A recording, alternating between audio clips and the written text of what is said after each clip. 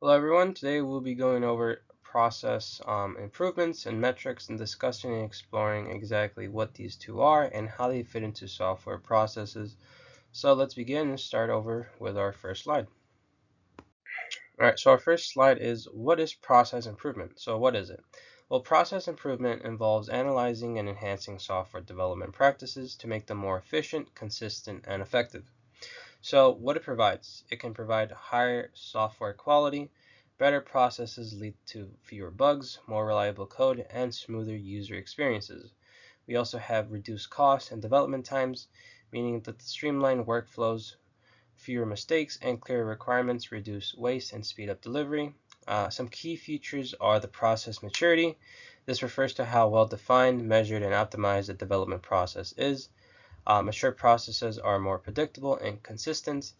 And next we have the agile approach, which basically means that agile focuses on continuous improvement, frequent feedback, and adaptability, making it a modern way to drive ongoing process refinement.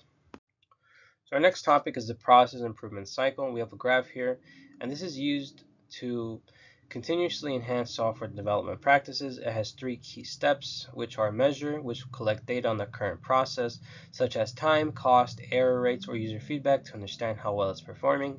Next, we have analyze, which will examine the data to identify weak spots, inefficiencies, or quality issues. This step helps pinpoint exactly what needs to be improved. And next, we have change, which implements and targets changes to the process based on the analysis. These may include new tools, updated workflows, or revised team practices. So our next point is process improvement activities. So process improvement involves a set of core activities aimed at understanding, evaluating, and enhancing how software is developed. So one of our first points is process measurement. This collects data about the software process, like the time taken, the defect rates or cost, to evaluate performance and identify trends.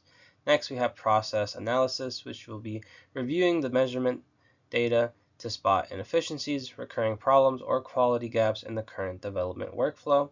And lastly, process change, which is marking improvements based on the analysis. This could involve adapting new tools, adjusting team roles, or changing workflows to boost quality and efficiency. So our next slide is the process of metrics. So the process metrics are used to measure and evaluate the performance of software development activities. They help teams track progress, identify issues, and make data-driven improvements. So an example of metrics could be that some common ones are they include the defect rates, the development time, the cost per features, and customer satisfaction, which are all useful for guiding better decisions. Our next point is on the SEI Capability Maturity Model. So what is it? So it's a process maturity framework developed by the Software Engineering Institute, SEI. It helps organizations improve their software process by identifying levels of maturity based on software engineering best practices.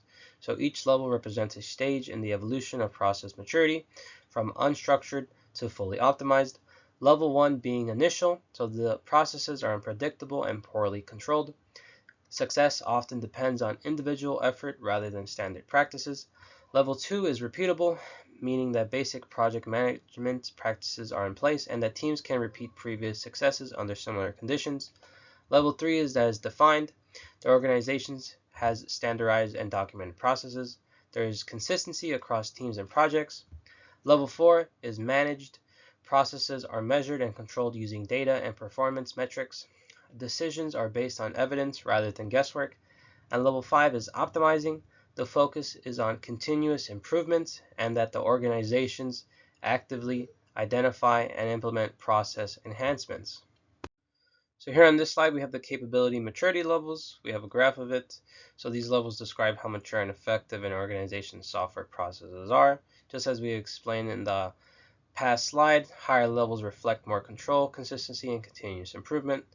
We've said how level 1, the processes are unpredictable and reactive. Level 2, how it's managed, how the work is planned, tracked, and controlled. Level 3, how it's defined, how the processes are standardized and documented. Level 4, how it's managed, how the processes are measured and controlled using data. And level 5, optimizing, how the focus is on continuous improvement and how they can enhance the processes over time. Okay, and with that, we have reached the end of this video. I want to say thanks for watching, and hopefully this video helped. And if it did, please feel free to like, comment, share, subscribe. Thanks, and have a good one.